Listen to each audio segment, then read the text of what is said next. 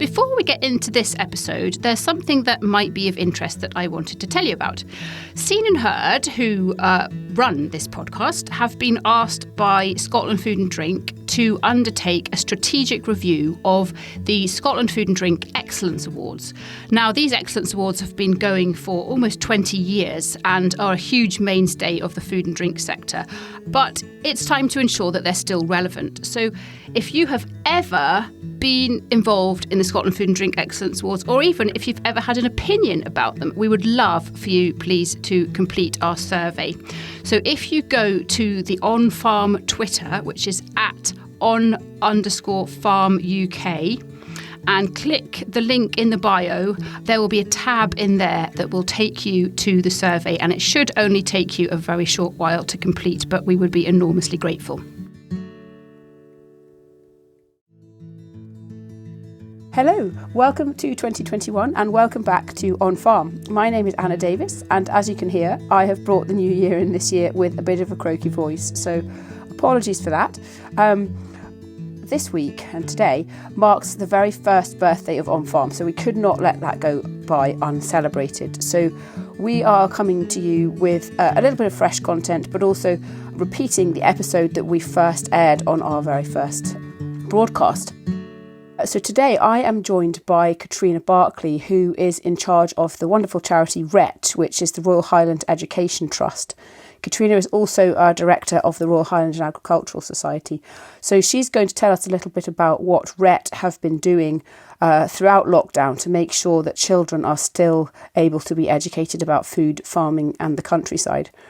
Now, I don't think I've seen Katrina in person. I've seen her over Zoom many times, but I don't think I've seen Katrina in person since February 2020, which was when she and her team organised the most amazing gala dinner for RHET to raise money for the charity. A huge number of people from the agricultural industry and beyond attended the event, sponsored the event, and when the evening finished, thanks, I think, to the auctioneers and also to Jim Smith, who certainly got the audience going and got them bidding on various amazing items. But the event raised almost £100,000 for the charity, which is absolutely fantastic. And I think it holds a special memory for many people, partly because of the wonderful fundraising, but partly because I think it was the last time many of us dressed up and socialised with other people in the same room. So Katrina is back over Zoom again. Hopefully I'll get to see her in person before too long to tell us about the last year and what's been happening with RHET and looking ahead a little bit to the future. And then we will play you the original episode, which tells a little bit more about the charity and why it's so important. So sit back, put your feet up and enjoy, and we'll see you with the fresh episode next week. As we sort of engage mainly with school children of primary and secondary ages, our work came to an abrupt halt when the schools closed, and understandably these things have to happen, and we looked at our deliverables, our activities, and what could we do, what could we replace our face-to-face activity with, how would we replace it, who would we need to do it, how would we go about doing it. And I think one of the key unique selling points, if you like, of RHET is the fact that we have a huge amount of very creative, very passionate, enthusiastic people who can come up with some fantastic solutions to any sort of problem. I mean, this is quite a big problem. It was a bit of a crisis, but I think what we are really lucky within RHET is we have this army of volunteers. We have our project coordinators who are forever trying to work out solutions. So what we spent quite a bit of time doing in 2020 was engaging more digitally with our teachers and with the pupils. A lot of online learning became the norm for vast majority of pupils, and so we took the opportunity to look at how can we deliver some of our excellent farm visit material online without it losing some of that special connection that we get. And we had some wonderful contact from volunteers saying, what can I do? Tell me, what do you need me to do? What can I do? And so You ask somebody to point a camera at themselves and start filming, it might actually scare them off. But vast majority of people that we asked, could you film in your dairy calving house? Could you do a film of you harvesting? Yes, no problem. So we've been really lucky in lots of ways, and I know that we're fortunate because of this army of people who have been with RHET for so long. They've been able to help us start to build a bit of a library of resources, and what we've been doing with that library of resources is connecting it into the curriculum, so we can once again help teachers establish the ease in which they can take a RHET resource into the classroom and link it in with their daily learning. I know, and having watched your progress and spoken to you for some of the episodes that we did focusing on the Royal Highland Show and the Royal Highland Agricultural Society, and followed you on Facebook and seen some of the wonderful videos. We learned how to bake scones. We learned about worms. We learned how to make butter out of full fat milk. We joined in, and it was absolutely brilliant. And I think good on you and good on all of your volunteers, because you made this learning happen despite the challenges, and I think everybody will be very, very impressed and grateful as well. But going forward, we nobody has a crystal ball. What are you hoping for the rest of this year in terms of the way in which RHET can operate? Looking at my crystal ball, which is a little bit jaded and well handled just now, really what we would love to see is an opportunity to get kids back out into the countryside. Now, we know that will not be a busload potentially arriving on farm. It might be smaller groups. It might be in specific council areas, depending on restrictions and opportunities. But that's our purpose, that's our aim, and what we're continually driving towards is, can we help facilitate that visit to the working countryside? So we have some very excited, enthusiastic people who are making plans for events for schools later in the year on the chance that we will be able to actually facilitate it. And if not, is there a digital version of that event that we can still capture? Because I think when you've got a lot of people investing time and effort and energy, it's good to have a plan B more than ever now. So yeah, I think the overall aim is absolutely that we will be able to re-engage in our activities with a huge difference in the background. There'll be a lot of work done by the team to make sure that we are able to deliver what we would like to on farm, and we want that sensory experience again. The online experience is wonderful, as we all know, but you don't get to smell and feel and touch and really get to see the sheer passion and the pride that we have in our volunteers who are standing there telling the story and doing the doing the talk, if you like, and yeah, ultimately getting kids back out on farm. But in the meantime, we are progressing with how can we support teachers more in classroom, what resources, games, what content do they need that will allow us to engage with different parts of farming, food production. So yeah, I think the feeling is the show must go on. We will keep to our charitable remit, which is to help children or young people explore and understand more about food farming in the working countryside.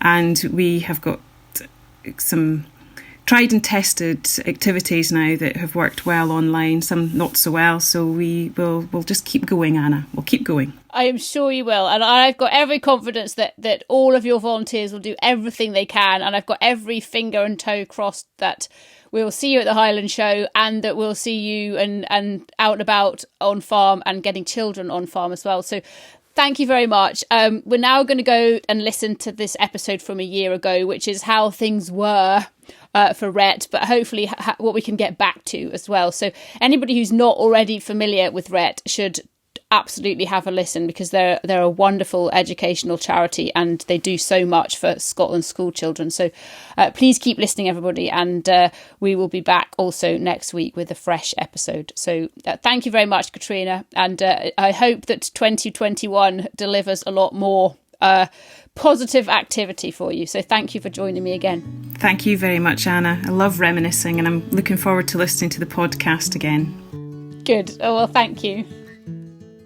Hello and welcome. Thank you for downloading this very first edition of On Farm. We're super excited to have you with us. On Farm is dedicated to rural life here in Scotland, with farm short for food, agriculture and rural matters. We're all about opening up the countryside and giving you the inside track on rural life. So for the rest of this first episode, we thought we'd spend time with another organisation that also does that, and brilliantly. I'm talking about the charity RHET, the Royal Highland Education Trust. They take school-aged children onto farms and work with teachers and schools to build understanding of food production into their lessons. To find out more, we joined a tour ourselves with John Sinclair, a long-time RHET volunteer and the owner of Craigies Farm Deli and Cafe just outside Edinburgh. Well, come on then, kids, into this tunnel here and let's have a look to see what's growing in here. John's quite seasoned at this, so there's probably not very many questions that he hasn't heard and can't answer, so we're in safe hands here. So, does anyone guess what these might be? Apples. Yep. Not apples, no.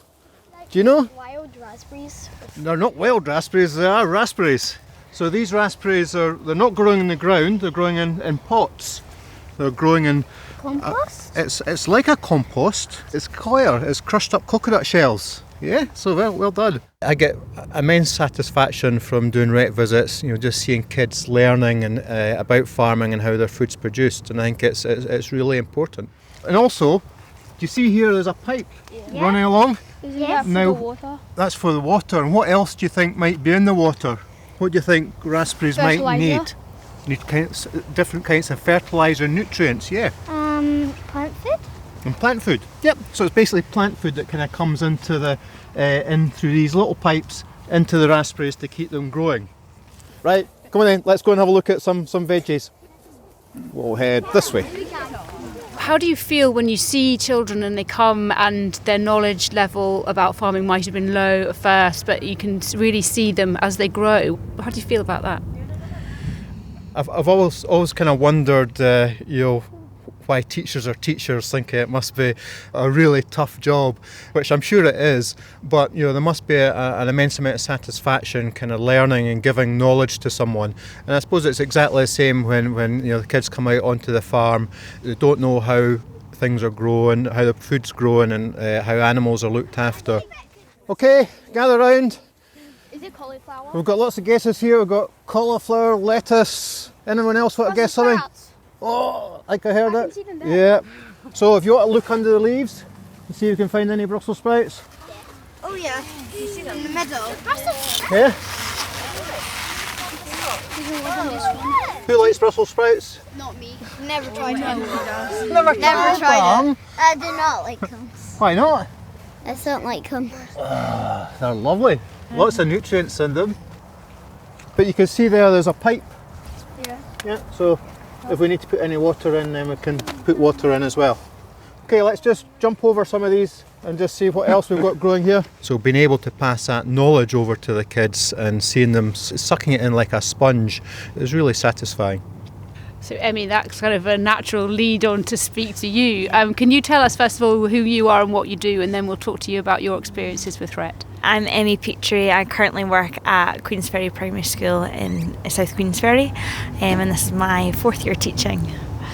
So you've been involved with RHET for a couple of years now. What do you see in the children and by way of benefit after they've been on a farm visit? It's nice to see how their knowledge of where food comes from, and it's kind of knowing when food is in season and when to pick food and where it comes from, so that kind of story behind food, and being knowledgeable and kind of passing that knowledge on to their families, and when they're going shopping they can say, oh, I know where that food comes from. So yeah. And do you see a difference in them after they've been on a farm visit? they are more knowledgeable and they're more excited to try different foods. I know that I've done tastings with children, and just from the knowledge that they've got from that food, they are more willing to try new foods, which is really exciting. Yeah. And what about you? Do you enjoy it as well? Yeah, I love it, and it's nice to see the smiling faces, and they're so excited to be around farms, and it's knowledge without them really realising it. It's a bit of fun for them, but they're, as you said, picking it up like sponges and just really grasping it and understanding where food comes from. These rows here have been harvested. Yeah, because you spotted it. So these are harvested cauliflowers. Let's go over and see if we can find a cauliflower that's not been picked yet. So this one is going to be a cauliflower in sort of February time, so it's still got a lot of growing to go. It's almost like a cabbage, isn't it? It's the same family, and the heart will grow into a cauliflower and it'll be ready to pick in February, March time. Whereas we've got other varieties that are grow at different times, and you can see there behind us that we've been harvesting for selling in the shop right now. Okay, do you all like cauliflowers? Yeah? Oh, a bit more mixed. The more people like cauliflower than Brussels sprouts. So if I was a primary school teacher, I don't think I have the patience, but if I was, but I wasn't yet involved with RHET, what would you say to try and persuade me? I think children need to know where food comes from, and I think it's a really important thing, especially for the future and being sustainable. So as a teacher, a lot of our work is to do with sustainability within Scotland, and I think this is a really good opportunity for children to understand where food comes from and being knowledgeable, and be able to work with local places to understand these things. Yeah. Just being able to understand, and almost sparks that curiosity around where food comes from, and then that knowledge starts to build on that curiosity, and having such wonderful people like farmers being able to share this and share their passion with these children, so those children get really excited about these things. It's really nice. Okay, so this is us at the chickens now. That one's staring at me. It's staring at you. They eat it out. Yeah. Oh. Now, this one here is an Isa brown. So what colour of egg do you think it lays? White. Brown. The brown ones, yeah. And then the Wessex, the white ones, white, yeah. That's what you think it's saying to you. Go away. Close the window, please. It's cold in here.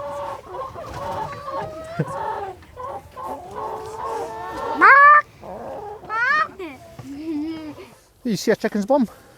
I won't get too close to it. Yes, Bill. Yeah. So, how many eggs do you think a chicken will maybe lay in a week? About 3. 8, no. 7. 7, close. 6. 6, yep. So they'll have one day off. Yeah. Usually a chicken will lay about 6 eggs in a week. And when they start off, a young chicken is called a pullet. So it's like a teenager. But as the chicken gets older and older, the eggs will get bigger and bigger. Okay, so who all likes eggs? Fried. Fried. Scrambled. Scrambled. Toasted. Toasted. Toasted egg. Toast and egg. John, Emmie talked there about sustainability of food production, but farmers are involved in an awful lot more than just food production when it comes to sustainability. So can you tell us briefly about some of the things that you do here in that regard? Yeah, I mean, that's an important part of the school visit. I mean, it's not really something we went into in detail today, but, you know, biodiversity and how the farmers farm with the environment and nature round about them as well is really important. And, you know, it's a key message that we need to get across. Absolutely. And we're also joined by Sara, who is, what's your job title, Sara? Learning and Development Coordinator with RHET. With RHET. And so is sustainability quite a big part of what you work with children and teachers on? Yeah, sustainability is becoming increasingly important, and we're doing a lot of work with secondary school teachers around issues concerned with the sustainability of food production. And it's not just secondary school teachers, we also do a lot of training with primary school teachers to make sure that they're aware of food and sustainability. Yes, yeah. And I heard you mention, I was slightly eavesdropping, that you had been speaking to, I think, 40 senior school pupils today. What were you talking to them about? Well, today we were looking at seasonality and covering some topical issues like food miles, and we also did some cooking with seasonal vegetables. So the focus today was cooking with parsnips. Oh, excellent. I've got an aeroplane going overhead. Sorry, folks. We'll just wait for it to pass. There we go. Yes, exactly. I think it's really important probably to mention two things here. Everything we've talked about today is really important, but I suppose two key things that spring to mind for me is, one is that everything that RHET does is free of charge for schools. Is that right? Yeah, that's quite right, and that does mean that a lot more schools can engage with us. So we offer everything that we can free of charge, so that includes class talks, farm visits and teacher training. It's all free to access and can be done online through the website. Amazing. And how teachers may ask how it fits, all of the work of RHET fits in with the curriculum of excellence. So how's the synergy there? Okay, well, everything RHET does links in with the curriculum. The links are through health and well-being and social studies and science and the STEM topics, so science, technology, engineering and maths, and RHET can link into all of them. John's demonstrated some links in today through health and well-being, looking at the types of vegetables he grows. So there's a lot of links, and everything we do is linked into the curriculum. Yeah. Sara, you must work with a lot of farmers. I know some farmers host tours and visits like John does, and others will go into classrooms sometimes to speak to pupils in there. So how does those visits in classrooms contrast with what we've been doing today out and about at Craigies? Well, we're really lucky in Scotland that all our farmers are actually volunteers, so they give up their time to do these visits and talks for us, which is absolutely fantastic. When they go into school, they often bring props with them. So if you've got an arable farmer, they might bring grain samples and some stocks for the kids to look at. Dairy people sometimes bring clusters. So if you come out on a farm, you get to see the sights and smells, and when we go into the classroom, we try and bring some of those sights and smells with us. Yeah. And it's whatever works best for that particular school or that particular teacher and class. Yes, it really depends on the requirements and needs of the school, and we'll try and tailor the visits accordingly. Absolutely. And how many children benefit from the work of RHET and its volunteer farmers in an average year? Well, it's around about 70,000, which is absolutely fantastic. Wow. And that number grows year on year as the interest in where food comes from is increasing, particularly as issues around sustainability increase and people have more interest and want to find out more about where their food's coming from. Yes, and do you have enough volunteer farmers to provide all of that education? Well, we're always looking for more, so if anyone's interested, please do get in touch. Excellent. Hopefully you will. So any questions of the chickens? Yep. How do they know to lay the eggs in the egg hatch and not just to do it anywhere? That's a good question. Their natural instincts is to try and find somewhere nice to sit in a nest and lay their egg. So we try and make the nest boxes as nice as possible so that it encourages them to lay their egg in the nest box. But you will get some chickens that will lay them in random places. So every day when we're checking them, we've just to go around their coop and just check to see if there's any eggs lying anywhere else. That was an excellent question, I thought. I've always wondered that myself. How do they know where to go? Now John's told us. Superb. John, from your years of experience, what do you think it is that makes it so enjoyable and that other farmers would also experience if they were to volunteer with RHET? There's not many things that you do that you get such reward for. There's nothing more rewarding than getting kids that have come from an inner city deprived background that have probably never been out on a farm before, and seeing these as the teachers might sort of call them little terrors, really just kind of their jaws drop and they take it all in, and everything you tell them is a fantastic experience. And then at the other end of the scale, speaking to kids from upper end of school, so senior school, that are starting to make choices on what career paths they want to go down. So getting them out onto the farm and kind of showing them different options and the different that are all connected to the ground and food production. It's immensely rewarding. And I also think that, in my experience anyway, that sometimes we see or hear things in the press about farming and farmers that are misleading. So for me, I feel that it's really important that farmers have a voice, and RHET is one of the ways in which they're enabled to have a voice to tell people what really happens and what life is really like on farm and all of the benefits that farmers are delivering for all of us. Yeah, no, absolutely. I mean, we've got to stand up and kind of be a lot better at communicating. If you go back 20, 30 years ago, everyone would have had a connection to the land in some way or another, whether it be an auntie that used to go and help pick berries or an uncle that used to go and help with the potato harvest. But through mechanisation, all these connections have been lost. So farmers do probably have to be better at how they communicate the great work that they do. So these are our goats. Why do they have yellow tags on their ears? That's a good question. It's the law that all animals have some form of identification. It's in case there's any disease breaks out in the country so that you can trace where the animals are. So all these animals, the number on it relates to a number on a passport.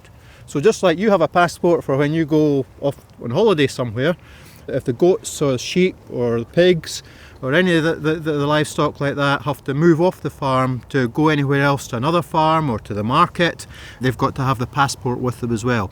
Does any of the goats eat vegetables on this farm? Yeah, so they're really good at sort of eating up any of the scraps and things like that. So they'll get a small amount of cereal, so something with grain and some nutrients in it in the morning, just like if you were having a plate of porridge.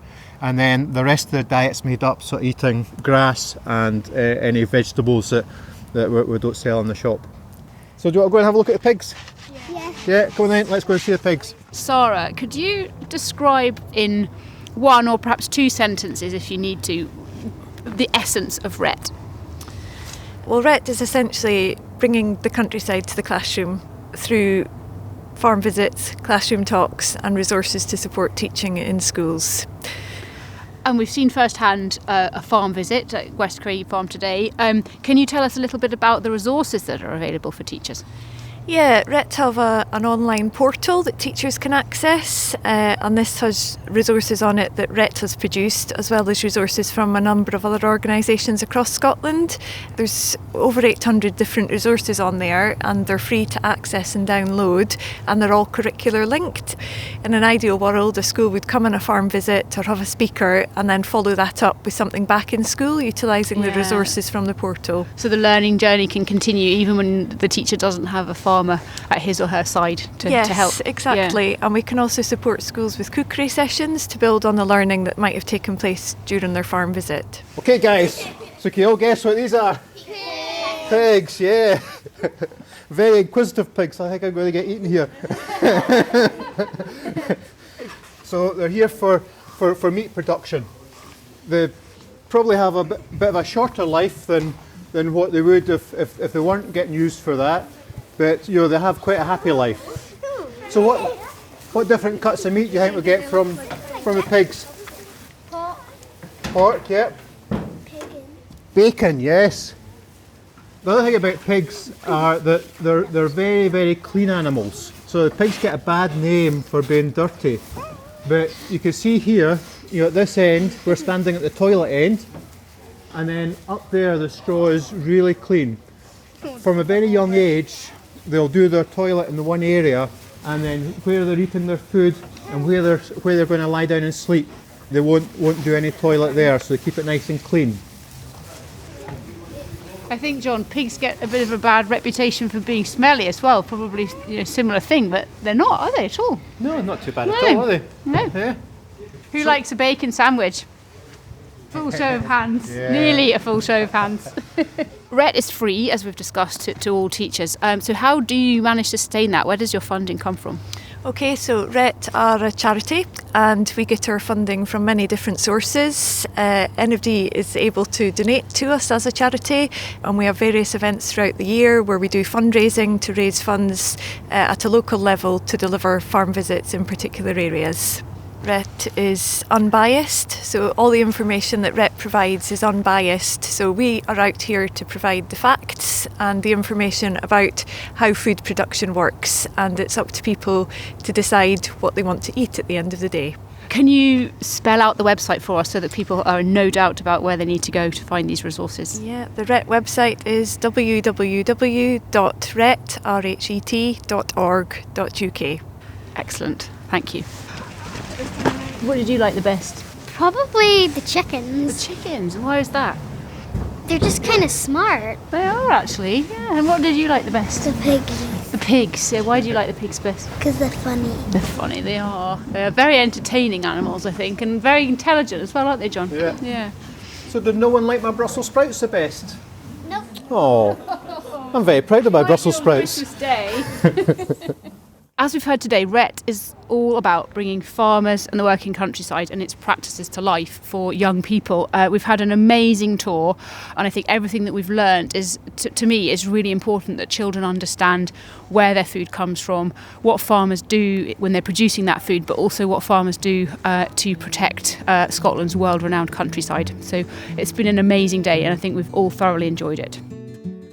So that's it for this episode. Thank you so much for joining us. Please do give us your thoughts and views and suggestions for future episodes on Twitter, and the handle is @on_farm UK. So please give us your thoughts and views.